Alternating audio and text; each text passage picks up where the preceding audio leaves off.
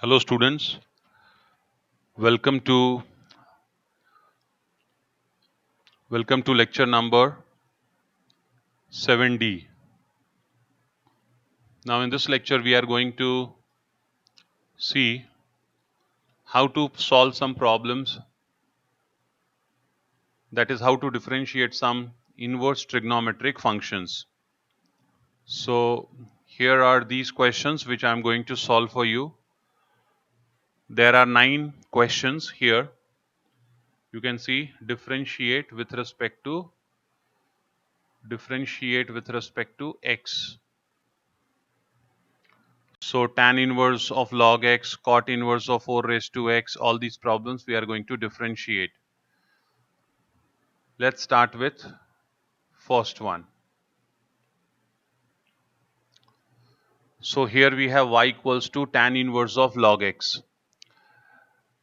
The first step will be differentiating with respect to x. So both sides I write d by dx. Left hand side I get d by dx of y, and right hand side I get d by dx of tan inverse of log x. What is the step here? The step is, as usual, recognize the function. So you all try. What is this function? This is tan inverse f of x. It is not tan inverse of x. The function is tan inverse function, but it is not x, it is log of x, so f of x. What is d by dx of tan inverse x? 1 upon 1 plus x square.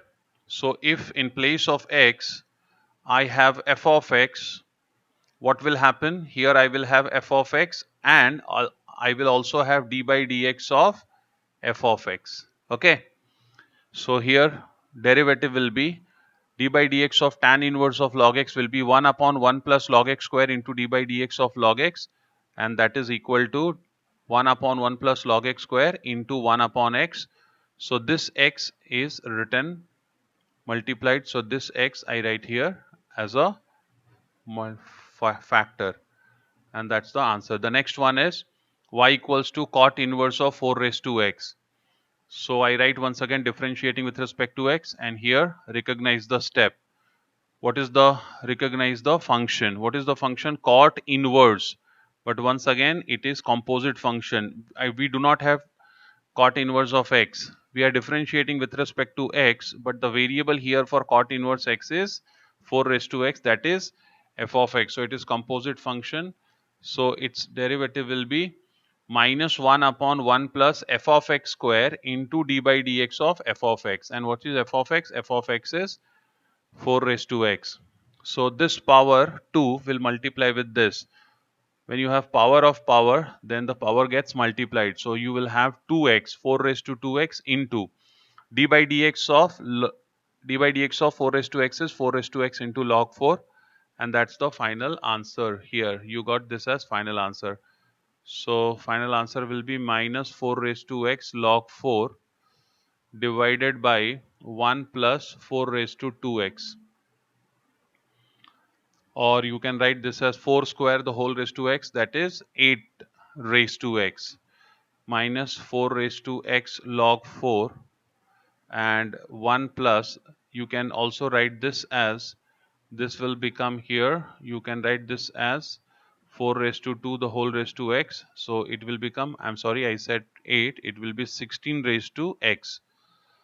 So this is your final answer. The next is y equals to sine inverse of root of 1 plus x square divided by 2.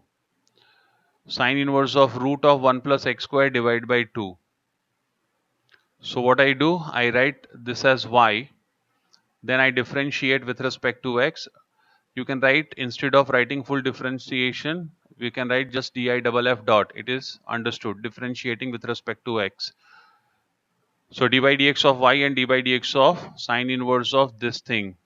Okay, once again, what is the first step? Recognize the function. Every single time you want to differentiate a function, you will have to recognize what the function is. If you don't recognize, you cannot apply the proper result. So derivative, this is d by dx of sine inverse f of x. What is d by dx of sine inverse x? What is d by dx of sine inverse x? D by dx of sine inverse x is 1 upon square root 1 minus x square. So d by dx of sine inverse f of x will be, you know, if it is d by dx of sine inverse f of x, if this is f of x, so you will get here f of x, and into d by dx of f of x you will get, okay. So we have applied the same result here. So d by dx of sine inverse of root of 1 plus x square upon 2 is 1 upon 1 minus f of x square. See, this square, here I have written this square, into d by dx of this. This is f of x, d by dx of this. And you understand it has got square root into that. F of x is with square root. So see here. Then once you come here, once again the same thing. What is this function? D by dx of square root. So what is this function? This is root f of x function. See, d by dx of root f of x. It is root function, square root function, but it is not x, it is 1 plus x square upon 2, which is f of x. So d by dx of root f of x is 1 upon 2 root f of x into d by dx of f of x. So 1 upon 2 root this into d by dx of f of x, 1 plus x square upon 2. And here I simplified this. Now when you square the square root, you will get this thing, okay. And here you can check. Now next step, what happens is I take LCM is 2, so I will get 2 here and minus 1 plus x square. I have written this in bracket because of this negative sign. Because of this negative sign, this negative sign will change the sign inside the bracket. I will get minus 1 and minus x square. And here what happened? For the next step, what happened was, see, I separated the square root. I wrote square root for numerator here and square root for 2 here.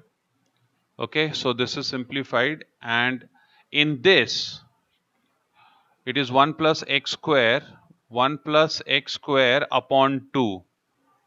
So 1 upon 2 is constant. I wrote it out.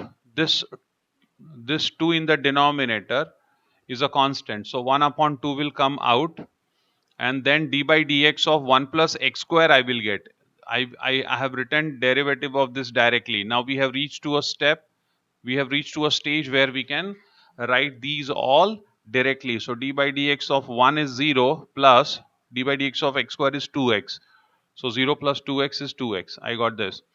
Now what will happen? You check this 2 and this 2 cancels. This root 2 here, which has gone here, and here also I opened the bracket. So I got 2 minus 1. See here, I got 2 minus 1 minus x square. Now this root 2 and this root 2 also cancel with this 2.